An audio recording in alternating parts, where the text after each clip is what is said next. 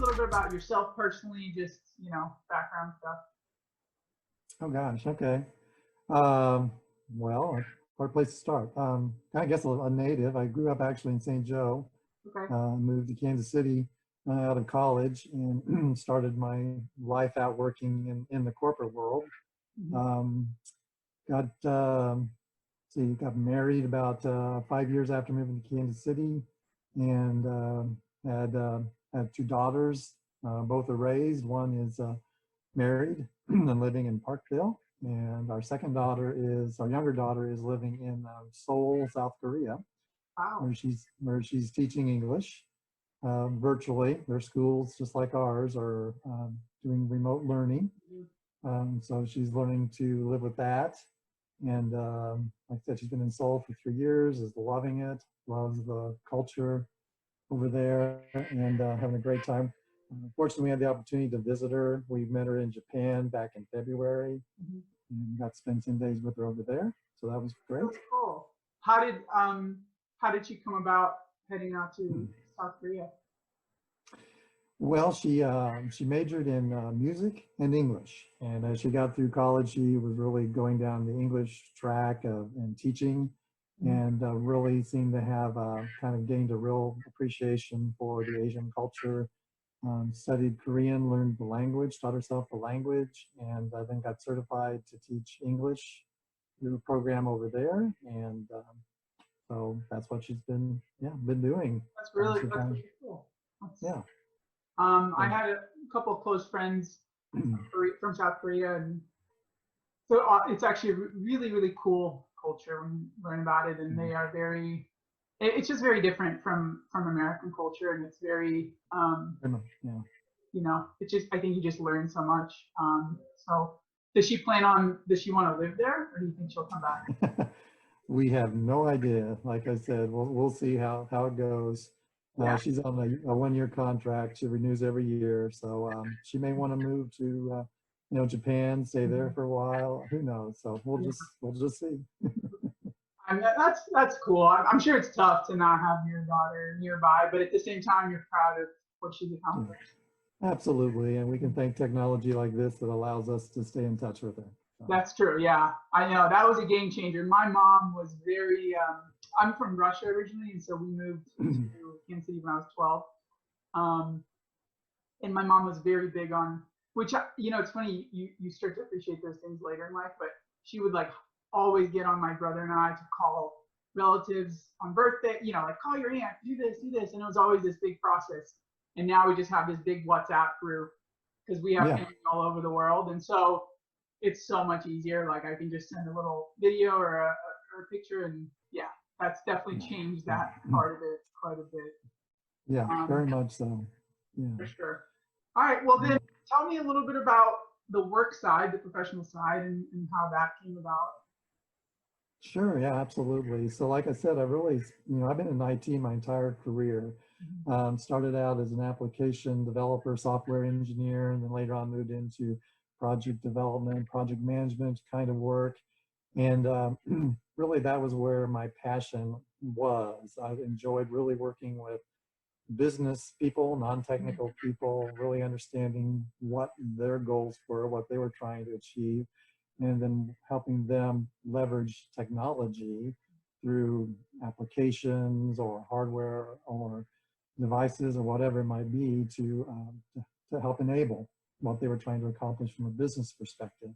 So the latter part of my corporate career was really doing a lot of that. And I thought I was just reaching the point where it was ready to get out of the corporate world. Been in there, like I said, 33 years. I've had the opportunity to retire Mhm. from the corporate world, and in looking for the next opportunity, came across TeamLogic IT. Mhm. And what was appealing about it was that it was truly a consulting kind of business that allowed me to use my passion to work with business owners and help them leverage technology to drive their business. So that's kind of what got things going. I opened the business here about 5 years ago, and it's been going, pretty good guns ever since. And just really enjoy doing it. That's really awesome. So when you went from corporate to to go into the business, were you were you already a part owner, or were you tell me about like the structure of how you're involved specifically with the business? The structure of the business? Well, like, because you said you switched from corporate to go over there. Were Mm-hmm. you just as a consultant at first, and did you become more involved with it as time went on? No, actually, so the TeamLogic IT office I just opened from the ground up. So Okay, so we're actually, that's what I was trying to say.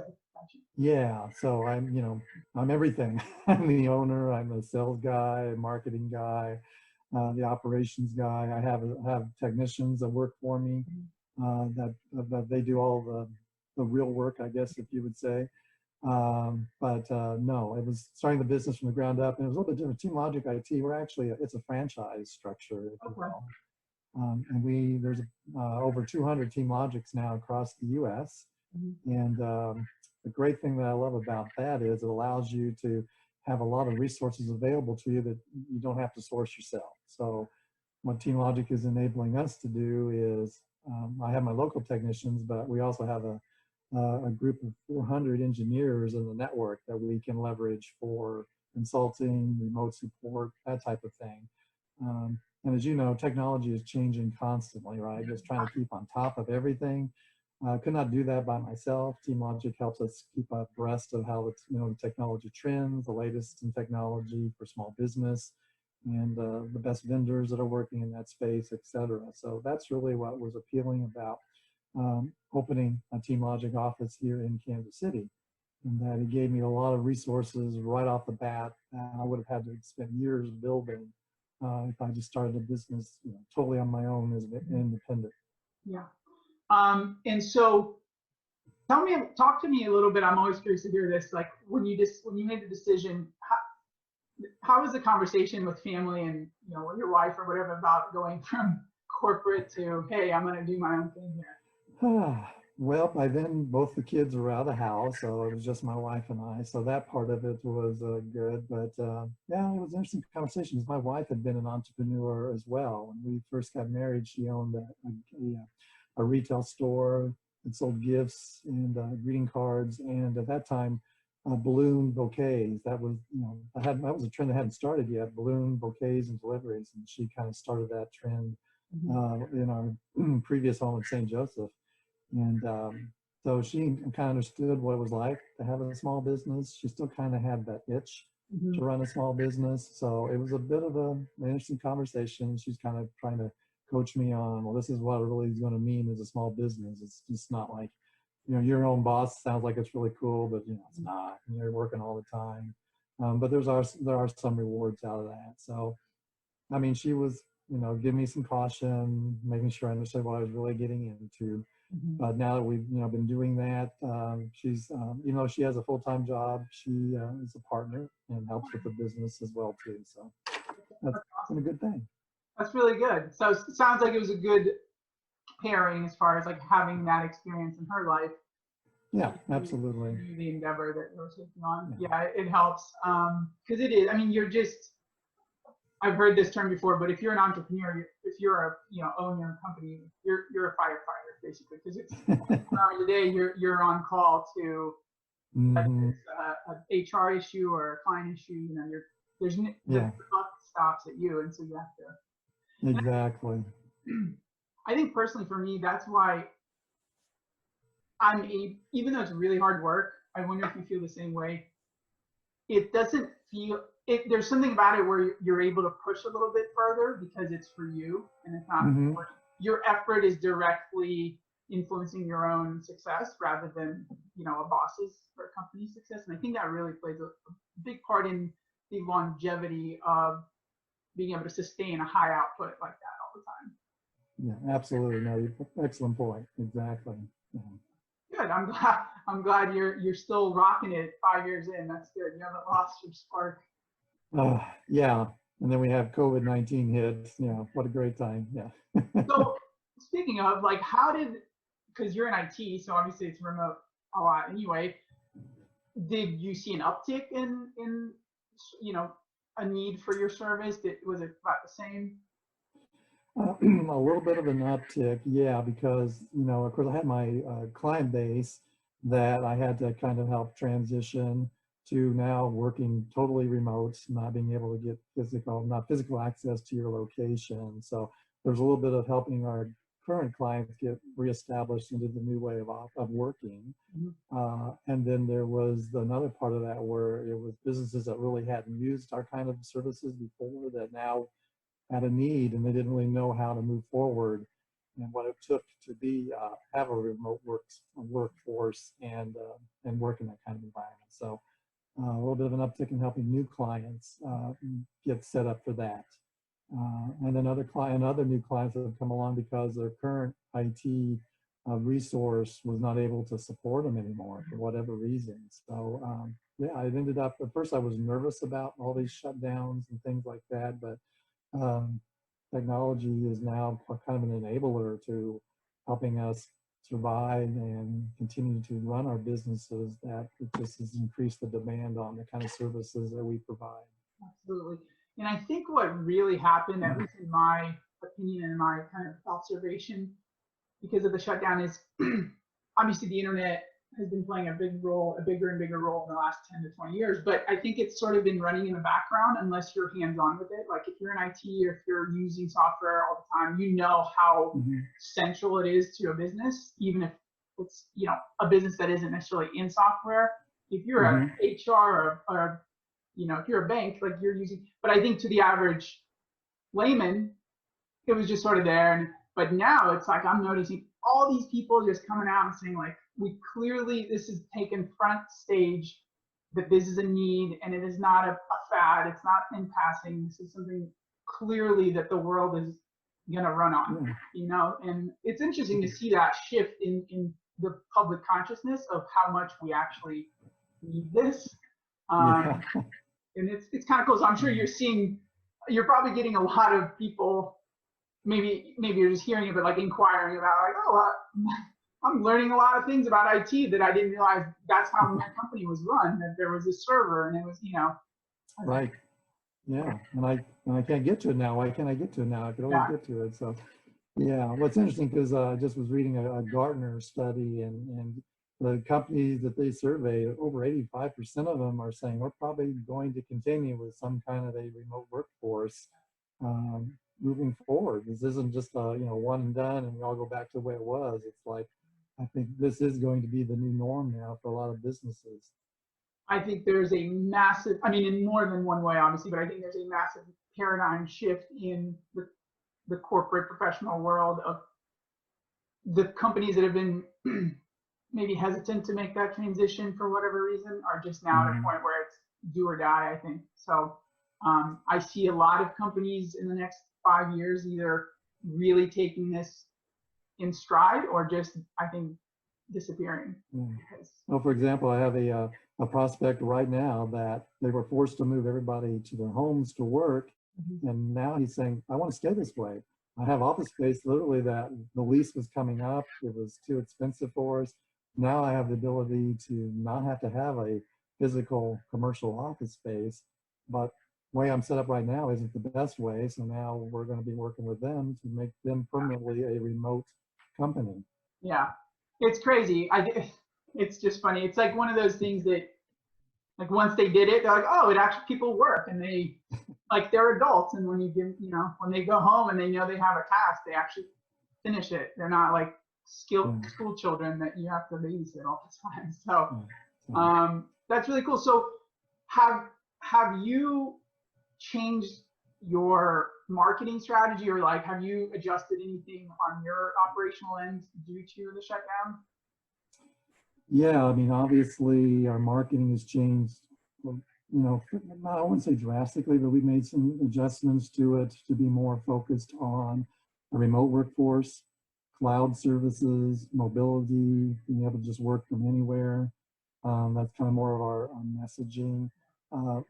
We've increased our messaging around security. I mean, security has always been important, but it's even more important because now people are not behind corporate walls or corporate firewalls and things of that nature, and they're working through home routers and coffee shops, and we can eventually go back to those. And so security is even more of an issue that we're starting to market. And ways to protect our clients. You probably read now that phishing emails have increased dramatically through using COVID-19 as a way to get into people's personal credentials, to get into their bank accounts and things of that nature. So that's increased. So marketing around just overall education and awareness of phishing emails and other attempts to get personal credentials from that. So focus on remote, focus on security, and just being able to work on,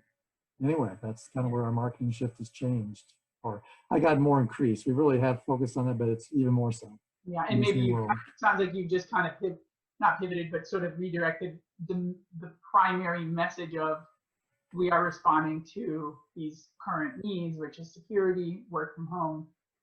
So just kind of amplifying that. What do you tend to use as far as marketing? I think you mentioned LinkedIn, maybe I saw, but where do you tend to market the most? So LinkedIn, use a lot of that. A lot of our small business owners are out there. We're on Facebook, Instagram. We do some Twitters as well. So a lot of social media. We use that for a lot of just education, just providing educational information to our potential clients out there. We do also a lot of things through, when we could, networking groups like the chamber, local chamber, providing services for that, education seminars, and networking and so forth. So, and then we do, email campaigns as well. So Yeah, a lot of social media, emailing, and networking. Those are probably the three key areas that I'm out farming for. Yeah. What's been the biggest challenge? And I'll give you sort of two options. What's been the biggest challenge throughout the entire history of your company, and then what's been the biggest challenge in the last 6 months? Oh gosh, the biggest challenge for the last 5 years of the company. I think it's always been around security. Early before all this, people kind of understood, yeah, security is important, but they didn't really have any personal experiences that they could relate to that. And so those conversations have been a little bit challenging, may not be the right word, but just getting the client or customer to understand the importance of ensuring they have the right security in place to protect their business, their assets. I mean, the data is their most critical part of their business, and if they lost that, what's that mean for the business? Probably not very good. But since we've had this event, the lockdown and all that, security and business continuity have become really the forefront of a lot of business owners, because now they, oh man, never thought something like this would happen. It did. I now understand what this could mean from a business continuity perspective or security perspective, and I haven't been doing a really good job with that. So now those conversations are a little bit easier to have, because now we all had some personal experiences that we can relate to.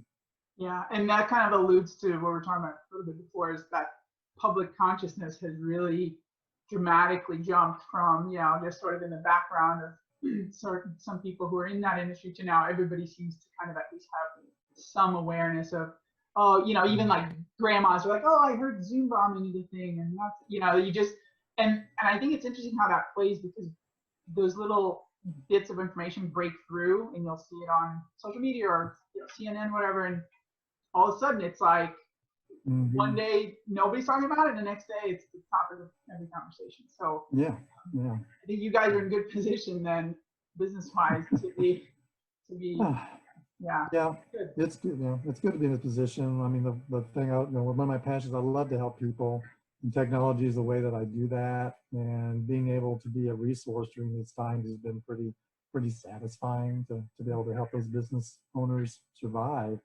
and be able to continue to move forward. Absolutely.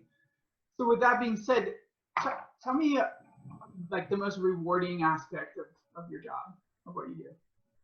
Well, it's being able to go into a new business or new customer and get a feel for their business, where their challenges are, not only from a business perspective, but from a technology perspective, and really understand where their pain points are. when how technology is not enabling them to drive their business forward or to grow their business, or it's constantly in the back of their mind, which that's not what they went into business for, right? They wanted to drive their business and do what they want to do and not have to worry about the technology side. So where the real satisfaction comes from is gaining that understanding and then being able to help the business owner map out a strategy and plan to get the technology that's the best fit for the business in place so that it supports their business, it's dependable, they're not having to think about it, and it can grow with them as they grow. So Yeah, that's really, what I live for. that's awesome.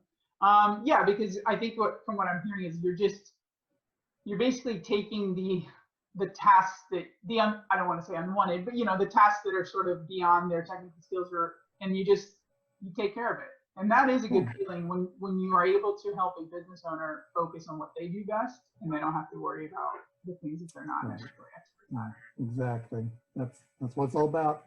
Awesome. So we've talked a lot about your company. Tell us how the community can help you out, whether it's through just helping get the brand awareness out, or specifically maybe more other things that we can do. So for the business, I mean, the business community obviously can help us out by when they have those needs, reaching out to us to see how we can best meet them. And when we deliver on that, hey, spread the news. Let us, share that good information with other businesses. As I tell my customers and my team here, I mean, there's a lot of companies that do what we do. I mean, the services that we provide, there's no secret sauce to a lot of them. You can go pretty much to anybody and do that, but where we differentiate ourselves on is with how we deliver those services, and the fact that we're available and that we're working with our customers to understand them and provide them with the services they need for their business, and being more proactive with them, not just sitting here waiting for the phone call, fix a problem, and then go on. We really want to build a partnership and relationship with them, because that's how we feel we can deliver the best solutions for them. So, we're not an order taker. We want to, understand them and provide them with the right services for them. So I want our business community to experience that and understand what value that brings. And then, hey, let's share that with everybody. Let's not keep it a secret, right? Okay, so if you need IT services, go to TeamLogic. That's what I hear. But that's really cool, because I do think, I do digital marketing, and there are, an outrageous amount of agencies and firms and people that offer that, and it can be daunting because you think, well, how am I going to stand out from a billion people doing the same thing? But I think it comes back to there's that relationship aspect, and it's, I think, even more important now that we've been disconnected because of COVID, that people are starting to really lean into that. Like, they want a face to a name. They want to have a real conversation, especially if you're spending money and time on somebody's service. I think that's a huge part of why I was even wanting to do this, is because I wanted to highlight the people behind the company, because I think a lot of times, you just don't think about that. Like, you don't think about the stories, the unique characteristics that make up that person or that team. And I think it's really, really important. So I totally support. I think if you've had an experience with a company, go talk about it, spread the news, tell people that they're great. Because I think that's what we need right now. Well, Marc, thank you so much. I really appreciate your time. Same here. Pleasure talking with you. Absolutely. It was really good to get to know about you and your company. It's been great. This has been such a good experience, and I hope to have you guys back on. So maybe in a few months, when things Love to help. back. Well, thank you for doing this. I really appreciate the opportunity, and I wish you best of luck in your endeavors and what you're trying to accomplish. Thank you. I appreciate it, and we'll speak soon. All right. Take care. Yeah. Bye, Marc.